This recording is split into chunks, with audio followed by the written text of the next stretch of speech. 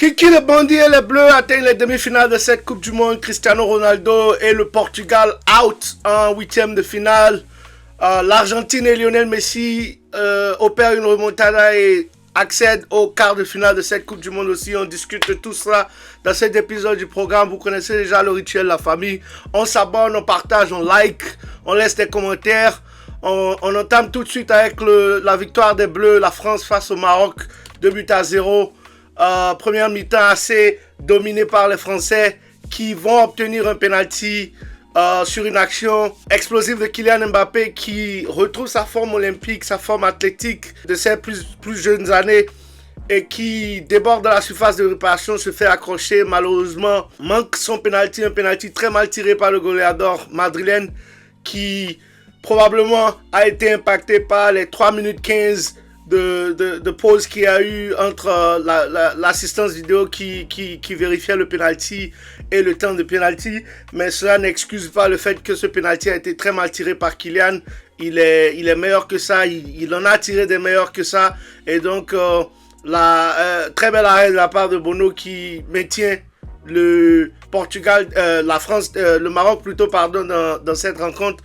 Et donc les Français qui ont quand même largement dominé cette rencontre, qui ont été la meilleure équipe de ce match, qui au retour des vestiaires après une domination quand même assez importante en première mi-temps, revient des vestiaires avec toujours le pied sur le ballon et très solide défensivement. Ce duo Dayot Upamecano, William Saliba est en train de s'affirmer comme l'un des meilleurs duos de cette Coupe du Monde, avec la défense espagnole bien évidemment qui n'a toujours pas encaissé de but dans ce mondial aussi.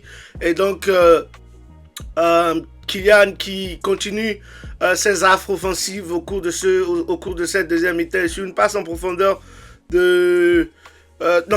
plutôt une sorte de balle arrêtée avec un peu de retard de la part d'Issa Diop, le défenseur central marocain.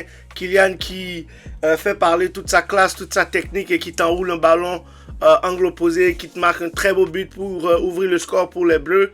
Les Bleus qui par la suite très rapidement marqueront le but du break par Ousmane Dembélé sur un beau service de Kylian Mbappé qui ensuite ouvre l'espace à Kylian Mbappé, à Ousmane Dembélé à cause de l'espace, à cause de l'appel en profondeur qui emmène deux défenseurs marocains et qui donc donne l'espace à Ousmane Dembélé, le ballon d'or qui arrive à mettre un plat du pied que Yacine Bono aurait quand même pu peut-être arrêter, mais voilà, 2-0, le but du break.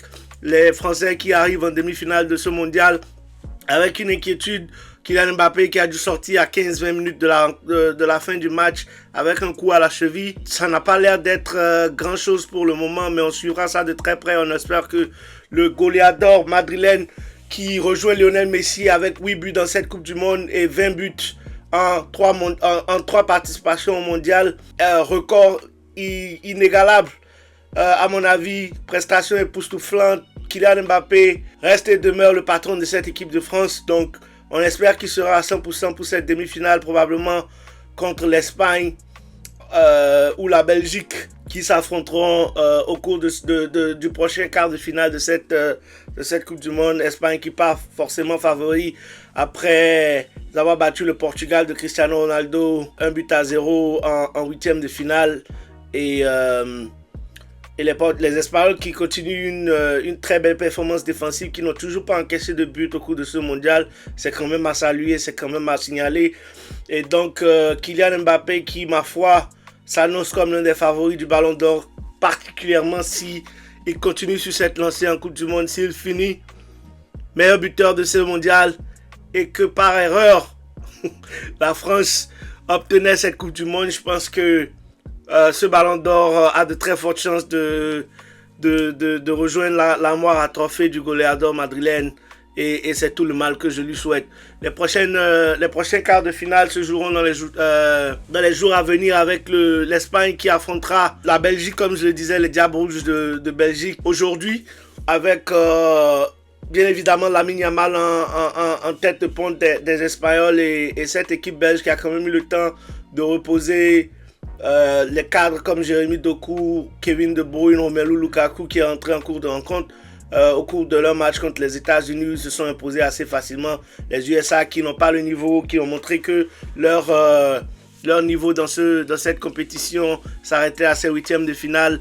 Malheureusement, il y a plus de travail à faire au niveau de cette équipe des États-Unis qui regorge de quelques talents, qui a des athlètes dans ce pays, mais qui vont devoir investir beaucoup plus dans le football s'ils veulent aspirer à gagner cette compétition dans un futur proche. L'autre quart de finale sera quand même assez intéressant aussi entre l'Angleterre et la Norvège, avec le goleador Erling Haaland qui affrontera avec un duel à distance Harry Kane dans ce match. Les deux aussi avec quand même 7 buts respectivement, je crois, au cours de cette Coupe du Monde. Et Haaland qui affrontera des visages familiers comme Gay et Stones, ses coéquipiers à Manchester City. Et le dernier quart de finale, c'est l'Argentine qui s'est imposée de façon exceptionnelle face à l'Égypte avec Lionel Messi et ses hommes qui ont remonté 2 buts et qui ont fait encaisser 3 buts en 13 minutes au Pharaon d'Égypte qui menait 2 buts à 0 et qui malheureusement ont manqué, je ne sais pas si je dirais d'expérience, mais ont complètement fondu en fin de rencontre et ont explosé. Des décisions arbitrales quand même assez questionnables aussi au cours de ce match, mais on ne mettra pas ça sur l'arbitrage. Je pense que les Égyptiens avaient la place pour quand même accéder à ces quarts de finale, mais malheureusement l'Argentine et Léo Messi sont toujours en quête de leur deuxième Coupe du Monde back-to-back et affronteront la Suisse qui s'est imposée au pénalty face à l'Équateur, à la Colombie. La Colombie qui a quand même eu assez d'opportunités de marquer au cours de ce match et qui n'ont pas été réalistes. Et je ne sais pas quand est-ce que les coachs arrêteront de mettre des défenseurs centraux dans leurs 5 premiers tireurs de pénalty. Akanji Emmanuel et Davinson Sanchez, les deux ont loupé le penalty. Je ne suis pas un adepte des défenseurs centraux qui tirent des penalties et malheureusement ma théorie a été prouvée une fois de plus. Donc on verra bien comment est-ce que le reste de la compétition se déroule. On sera ici pour débriefer le reste de ces quarts de finale et bien évidemment les demi-finales et la finale. Pour le moment, on continue de s'abonner, de liker, de partager. On reste positif. On prend soin de chacun et de sa famille. Chaque jour est une vie. Et on se prend au prochain épisode. Ciao la famille.